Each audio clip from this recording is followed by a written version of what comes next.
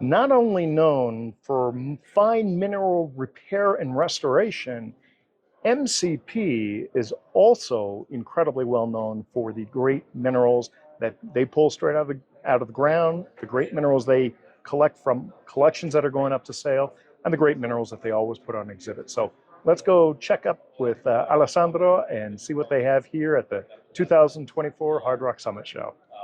And here's MCP. There's the man, Alessandro. Ciao, Hey, Alessandro. ciao. How are you? Ciao. I'm doing good. Excellent to see you. Yeah. I'm so glad to see you. And again, congratulations for being a father. Thank you very much. But it's also great to see you back on the show circuit again. I was starving to be there, to be again in the shows. But of course, now I'm missing a little bit my son. But of course. It's a normal process, I think, right? That's the toughest part, I always say, of my job is it's not all the travel and all the work, it's being away from the family. So you get it. Now I'm learning also this process. Right. So we caught up with you in Sainte Marie. And here we are at Denver, and we're in the new show. The new First venue. of all, give me your overall thoughts on the venue. What do you think of this? Love this place. Love this place. I like how the show it's more familiar. You can travel easily, friendly environment. You can go out. You can have relaxed places out, but you can also go and the best part of my job, go and hunting some minerals in the outside park with the tents and everything. Amazing stuff I saw there. Inside here, top level. I'm always going around because, you know, for me it's important to learn, and here there are the top specimens in the world. So no, I love this place. Fantastic. Very exciting. Yeah. Speaking of top specimens, we need a restaurant with pasta, and after it's perfect. Allora. No, I'm joking. I enjoy the food. Speaking of top specimens, you always bring some incredible things to the shows. Thank you. Let's go through some of the killer pieces in your case. We are trying every time, you know, to bring new specimens and never the same from one show to another. So now I show you what we brought from Europe to United States, just to have something different from the guys are based in United States. So let's go in the England material. We have beautiful specimens from an old collection we had chance to purchase. Here we are speaking about Florence mine, a mine very famous for the hematite. You know, the botryoidal hematites are very famous, fluorites are very famous, and quartzes. These two samples are for me amazing. This one, for example, the size of the crystals is unusual, bigger than the average. The color very smoky, like the alpine one, but it's from England. And I love how some sparkly crystal of hematite are included in the matrix and making a fantastic combination with the siderite, also lustrous. So this piece, 360, hematite included in the quartzes. It's one of the best representative quartz from this mine I ever seen. That is fantastic. Yeah, the Beautiful combination quartz. and the aesthetic, I think it's lovely. Look how the hematite in the matrix make it so characteristic from this mine. So all this hematite in the matrix. And this one was my favorite.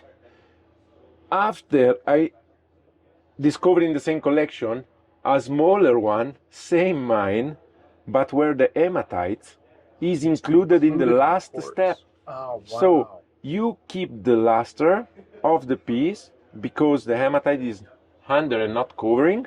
So you have this red layer and you have the smoky inside. So just the last step is red. And look, the combination again with the matrix, with the hematite sparkling around, some hematite here, make this piece, I think, very unusual.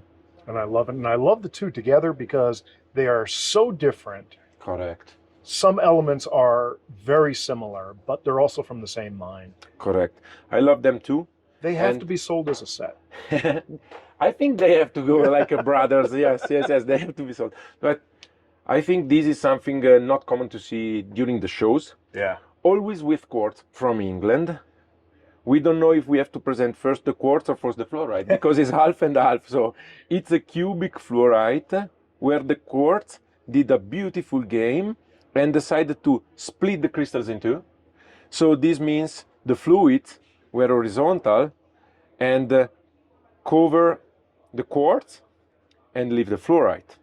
So this is very interesting because in all the way he could interact with this fluorite, the quartz, decide to arrive exactly in the middle and not here, not in this way, just very symmetrical. And I think it's something make this piece very special. I think that's really cool because especially with MCP, you'd think, does that mean that they took half of the quartz off? Because you guys do such an incredible job of, repairing and cleaning up specimens. Not this time. That this came out natural like this. Totally natural. Superb. Was in the collection of our friend Renato Pagano. Oh, he's a famous one. Renato was a great guy. To add something strange and unusual to this piece, we decided to make a special and unusual base. Look this one. This is done in our lab by our crazy guy who is making these bases. We call Mino, Giacomo. He's a great guy, always with a very great ideas how to do this, and it sits perfectly. And if you're thinking it's not stable, not correct. We can move and it's absolutely stable. So this piece is unusual, not only for what it is. Piece. Yeah. I don't think I've ever seen a fluorite like that. No, this is fantastic. I like it too. Yeah. So if we want to go ahead with quartzes, always on this topic, let's do something. We need the help of the people who is watching this video now. Okay. Because it's now become interactive. Interactive. We need that because on this one we had the idea, and the base is fantastic. On this one, a beautiful quartz from Switzerland. This is Swiss. Okay. Yes. Beautiful transparency, amazing dimensions of the crystals, nice contrast with the matrix, the size, we are approximately around 20 centimeters. I think the luster is one of the best you can have from Swiss. Mm-hmm. The display of the crystals, helping the piece to be one of the most aesthetic we had chance to purchase. But now there is a question. This one is without the base, just on the riser. Okay. You know why? Because we like this piece in this way. Yeah. But we like the piece in this way, with this one in the middle. With the center quartz pointing straight up.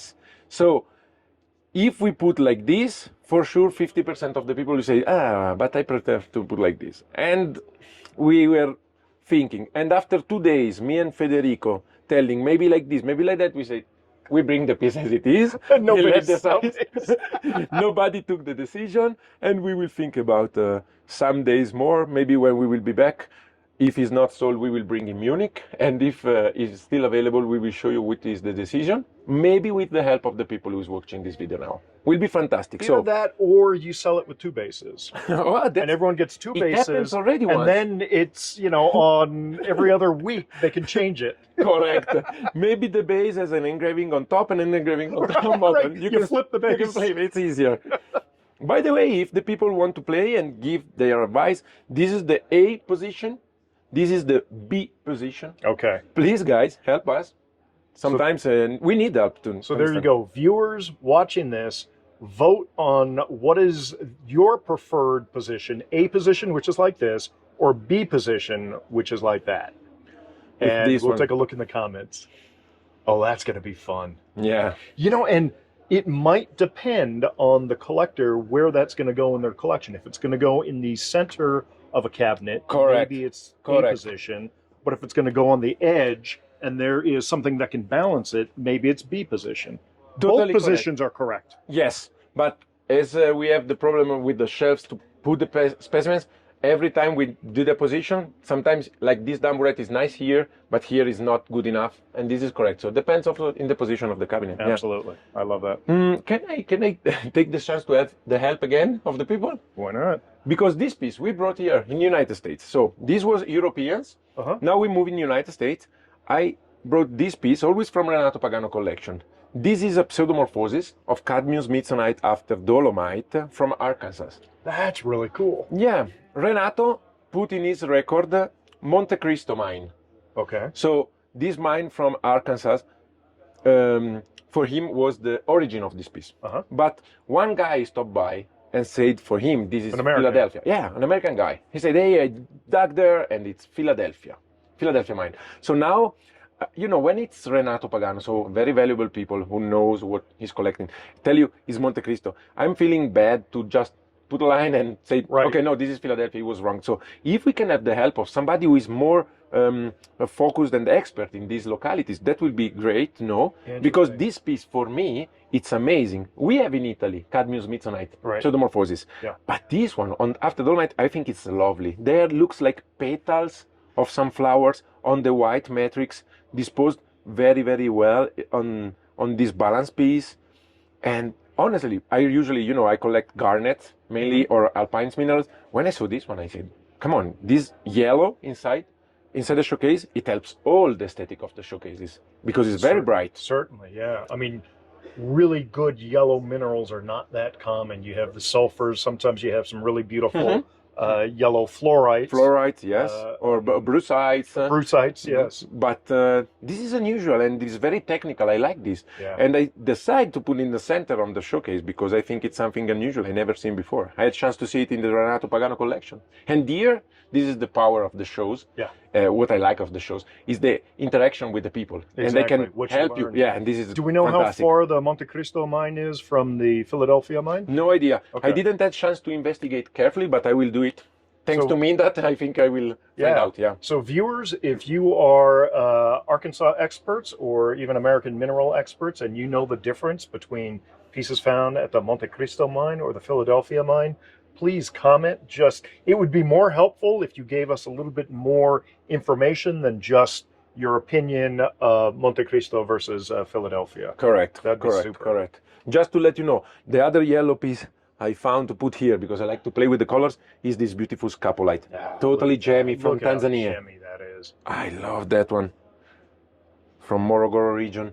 I love this. This was in a collection of a guy who was collecting gems crystals. So loose crystal. And look how transparent it is. Very well crystallized. And the pattern, the texture of the surface remind Heliodors. Right, yeah. But it is a scapolite from Tanzania. Ukraine. Yeah. Super. Just to put another yellow spot in the showcase, but I liked. For the gem people, I think this is something they love. Okay, so one of these days, we're going to have MCP put together a case of just yellow minerals. We can do that. We can do that. We can do that. Brian, the last things I want to show you, it's something usually we don't bring often to the shows. In the past we had chance, but I think the people loves this, but they are very unusual to see around, and are the slicing set of tourmaline. With Federico Pezzotta, tourmaline is a mandatory minerals we must have in the showcases. Of course. So one showcase dedicated to this, because Federico is not here, but we have to have his presence in some way. Of course. So we have two examples of beautiful tourmaline slicing set from Madagascar. This one, it's a full set, quindi so complete crystal from the top to the bottom. Okay. And the pattern is with a darkish center, and make it pale going to the perimeter. To the rim. Yeah. Oh, and I like that you have them numbered. That's kind of cool. Yeah, it's mandatory because otherwise it will be very hard to reconstruct this. Yeah. So you see now going down, the center is more smaller and darker. So you have a better contrast between the steps of growing of the lidicotite. And I always love these sliced sets that you've had, and I know that you haven't had them in a while. Yeah. So it's really nice to see them back again. Because usually slices in the past were great to find a useful way for the broken crystals. So if you have a broken crystal you cannot sell for the collection, you cut it, you take the best slices, you sell them, and you that's sell it. them individually as slices, not as sets. So it's like you sell just 2 pages of a book. Right, yeah. Here you can sell the entire books. So another example, this is most showy. Let me move this in another place. As you can see from this example, we decide, again with a beautiful plexi support, look the pattern of these slices of the lidicotite. You can see now the games are changing in every step. You can see the color zoning. The last one is more darker, so it's beautiful because make like a paint. Yeah. These are the most famous. Let me hold that Sure. while you grab another one out of the Yeah, so set we there. can put, for example, upper. It's a little bit brownish, not reddish. And if you take lower, it's more reddish. I love it. So this is the series. From the top, middle, down. And you start to have this typical, somebody called the Mercedes logo. Right, yeah, yeah, exactly. So, and you can see very, very clearly how deep is the red in the middle. The triangle is going to be smaller. The pattern is changed. So this is why it's really like a book. So That if is you superb. take only one page, you cannot understand totally Now, what it is. Alessandro, how much is a set like that? Depends. Something like this is approximately 20,000. Okay. Something like this, it's a little bit more expensive, around 70,000. Okay. Yeah. So it's very hard, and of course, as you can imagine, it's painful for us to cut crystals Of like course, that. yeah. We have approximately 25 centimeters, Okay. and these are 30 slices. Look, this the last one. 30 slices, and it's not so common and Yeah. easy to find. So I put here, for example, another crystal originally, but we will never cut this one. Mm-hmm. It's very nice because Oh, you got it's that a nice thick, deep green it's a in thick there. but transparent. Yeah. Yeah. But we will never cut this. I think it's a shame. So sometimes we have to take this decision, but I think very, very useful also for people like Federico, to know better how the process for growing of these tourmalines is. Yeah. And all the showcase has different localities of Madagascar tourmalines, and And I saw if somebody's a sweet around, little londonite here. Let's pull that up and take a look. you have a good taste. This is a beautiful combination. Very rare to have this kind of combination. Top red lidicotite. Hope you can see from this. You see the Yeah, top red really good lidicotite with complete crystals of londonite in the back.